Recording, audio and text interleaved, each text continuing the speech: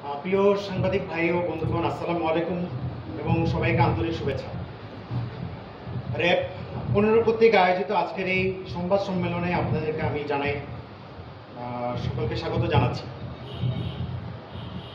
আপনারা সকলেই জানেন, র্যাপিড অ্যাকশন ব্যাটালিয়ন তার প্রতিষ্ঠা লগ্ন থেকে দেশের অপরাধ নির্মূলে উল্লেখযোগ্য অবদান রেখে আসছে। গণপ্রজাতন্ত্রী বাংলাদেশ সরকারের মাননীয় প্রধানমন্ত্রী জননেত্রী শেখ হাসিনার নির্দেশিত মাদকের বিরুদ্ধে জিরো টলারেন্স নীতি বাস্তবায়নে র্যাপিড অ্যাকশন ব্যাটালিয়ন বদ্ধপরিকর। এছাড়াও মাদকের পাশাপাশি অপহরণ, খুন, ডাকাত ও ছিনতাই সহ সমাজে নানাবিধ বিরাজমান অপরাধ নির্মূলে র্যাব 15 আন্তরিকতার সহিত নিরলসভাবে কাজ করে যাচ্ছে।